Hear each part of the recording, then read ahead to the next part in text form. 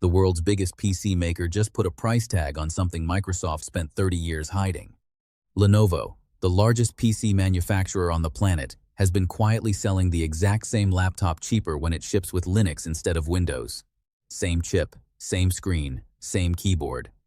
Different price. And the only thing that changed was which operating system sat inside the box. That is not a sale. That is not a coupon code. That is a receipt for something users have suspected for years and never actually got to see. Microsoft has spent decades letting Windows feel free, like it just comes with the computer, like it is simply part of what a PC is. This breaks that illusion in plain dollars. But that price difference is only the beginning, because once you start asking what Windows actually costs, you start asking what else has been quietly built into the price of just buying a computer. Here is what actually happened. Tech outlets and Linux communities found that Lenovo's own US and Canadian websites listed the same ThinkPad X1 Carbon configuration, roughly $140 cheaper in the US, and about $211 cheaper in Canada, when the buyer chose Fedora or Ubuntu instead of Windows at checkout. Nobody at Lenovo announced this with a press release. Nobody at Microsoft commented on it. A regular shopper found it, posted it, and the Linux and privacy communities did the rest. That is the part that stings. This was not new. Discussion around it suggests Lenovo has been doing this since at least 2020. It was sitting in plain sight on a checkout page for years before enough people noticed to make it a story. Microsoft never had to defend this number because almost nobody was looking at it. And this is where Microsoft's problem starts to get worse. There is a name for this, and it is not subtle. People call it the Windows tax. It is the idea that part of the price of every new Windows PC is not the hardware at all. It is a licensing fee, baked silently into the total, that you pay whether you wanted Windows or not. You never got a checkbox. You never got a number on the receipt that said Windows license, $140. It was just folded into the price, and you assumed that was simply what the laptop cost. Lenovo's Linux option rips that assumption apart, because the moment Windows is removed from the build, the price drops. That is not a discount. That is the absence of a fee you didn't know you were paying. No hidden line item, no fine print. Just a lower number sitting right next to a higher one, on the same hardware, from the same company, on the same day. That is the humiliation. It was priced in the whole time. But Lenovo is not just quietly knocking dollars off a checkout page. It is building actual engineering muscle behind this. Fedora Workstation has shipped pre-installed on Lenovo's ThinkPad X1 Carbon, the ThinkPad P53, and the ThinkPad P1 Gen 2, and Lenovo's own engineers have contributed code upstream into the Linux kernel itself, including a patch for a laptop sensor feature. That is not a company tolerating Linux because customers asked nicely. That is a company writing code for it. This matters because it kills the lazy argument that Linux is some hobbyist side project that only works if you are technical enough to fight with drivers all weekend. When the same manufacturer that built the legendary ThinkPad brand is patching the kernel to make Linux work better on its own hardware, that is not a workaround anymore. That is a supported product. And that commitment is showing up everywhere in 2026, with Lenovo and other major manufacturers now offering Ubuntu and Fedora as certified first-class operating system choices on multiple laptop lines, not buried options you have to dig for. Here is why this lands so hard right now. Windows 10 officially reached the end of its support life on the 14th of October 2025. After that date, Microsoft stopped sending free security updates to Windows 10 machines. The operating system still boots, it still runs, but it is no longer being protected the way it was the day before. If you want continued security patches, Microsoft built a program for that. It's called Extended Security Updates, and for regular consumers, it is a paid bridge that only covers you through the 13th of October 2026. Let that sit for a second. You already paid for Windows once, possibly years ago, possibly as part of the price of the machine itself, the same hidden fee we just talked about. And now, to keep that same operating system safe, Microsoft is asking for more money. You bought it once. Now they want you to pay to keep it safe. That is not a conspiracy theory. That is the program, described on Microsoft's own support pages, in plain language. This is not some tiny edge case affecting a handful of stubborn holdouts. Going into that end of support date, the majority of PCs worldwide were still running Windows 10, based on tracking from StatCounter that's been cited across the tech press. We are talking about hundreds of millions of machines, not a niche corner of enthusiasts who refuse to upgrade for fun. Households, small businesses, schools, offices running budgets that do not have room to suddenly replace every PC on the floor. All of them landed on the same deadline at the same time, facing the same choice. Upgrade the hardware, pay Microsoft to keep the old one secure, or find another way forward entirely. And the same month that choice became unavoidable for millions of people, the cheapest fix sitting in plain view was not a new computer and not a subscription.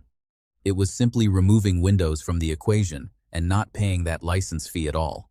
That timing is brutal for Microsoft, whether anyone planned it that way or not.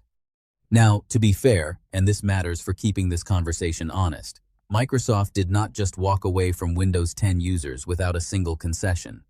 Microsoft extended support for Microsoft 365 apps and Windows Defender malware definitions on Windows 10 all the way through October 2028, well past the operating system's own end of support date. That is a real, confirmed policy change, not spin, and it deserves to be said plainly.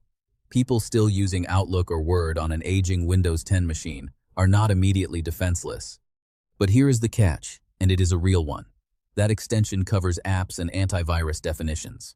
It does not cover the actual operating system security patches, the deep stuff that protects the core of the machine from new vulnerabilities. So Microsoft softened one part of the deadline while leaving the harder part exactly where it was. That concession is real. It just does not change what is happening on the hardware side, where the pressure to upgrade, pay for ESU, or walk away from Windows entirely is still very much alive. The community reaction here did not start with a press conference or a big tech outlet breaking the news first. It started with regular people comparing prices. Threads on Reddit and discussion on Hacker News picked the story apart line by line, with users pulling up screenshots of Lenovo's own configurator showing the price gap side by side. Privacy-focused communities, including discussion on the Privacy Guides forum, framed it bluntly. Cheaper price. No built-in telemetry concerns that come with a default Windows install. Linux outlets like It's FOSS and the Fedora project's own blog covered both angles, the pricing discovery and Lenovo's deeper investment in making Linux actually work well on its hardware. None of this required a leaked memo or an anonymous source. It was sitting on a public checkout page the entire time. A regular shopper found what years of glossy laptop reviews never said out loud. Let's be clear about what this does and does not prove, because credibility matters more than excitement here. This does not prove Lenovo is abandoning Windows. It is not. Windows still ships on the vast majority of Lenovo's lineup, and ThinkPads with Windows pre-installed remain the default most people will buy without thinking twice. This also does not prove that every Lenovo laptop, in every country, right now, carries exactly this dollar gap. The pricing example that triggered this conversation was observed at a specific point in time on a specific configuration in the US and Canada. Lenovo's own pricing can shift, and it has in the past. And there is a claim floating around in other commentary videos that Lenovo turned down a 40% discount from Microsoft tied to this story. There is no verifiable source backing that specific claim. It traces back to other YouTube videos covering this same topic, not to original reporting, so it does not belong in the confirmed version of this story, and you should treat it with real skepticism if you see it elsewhere. Here is what is verified, and it is still plenty damning on its own. The pricing gap on specific models was real and documented. The Fedora and Ubuntu pre-install partnerships with kernel contributions are real and documented by Fedora's own project blog. The Windows 10 end of support date and the paid extended security updates program are real, confirmed directly by Microsoft. The scale of Windows 10's install base at the time of that deadline is backed by independent market tracking. You do not need an exaggerated claim about a rejected discount to make this story land. The facts that are actually confirmed are uncomfortable enough for Microsoft on their own. If you are thinking about actually trying a Linux install on your own machine after watching something like this, a quick word of honesty here, because this part matters. Switching operating systems is not the same as installing an app. If you are an IT professional or a comfortable power user, testing Fedora or Ubuntu on a spare machine, or even dual booting, is a reasonable weekend project, and the certified hardware support on these ThinkPad models genuinely reduces the headaches that used to come with Linux on a laptop. But if you are a casual user who has never touched a partition table, slow down. Some software you rely on, certain games, certain specialized professional tools, certain peripherals, may not work the same way, or at all, on Linux.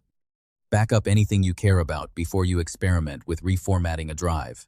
This is the kind of decision that rewards people who go in with their eyes open and punishes people who click through steps they do not understand. Used carefully, it gives you real control back. Used carelessly, you can lose data you needed. That is not a reason to avoid the option. It is a reason to take it seriously.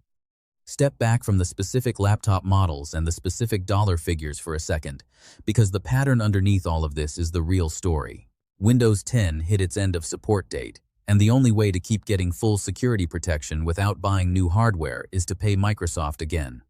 At the exact same moment, the world's largest PC manufacturer has spent years quietly proving, in its own pricing, that part of what you pay for a new Windows machine has nothing to do with the metal, the screen, or the battery. It has to do with a license fee for an operating system you may not have actively chosen at all. And sitting right next to that fee, increasingly polished, increasingly supported, increasingly engineered by the same company that makes the hardware, is an alternative that costs less and comes with no licensing fee attached. Microsoft did not announce any of this. Microsoft has not publicly addressed Lenovo's pricing structure directly. That silence does not prove anything sinister, but it does not need to. The effect on users is the same either way.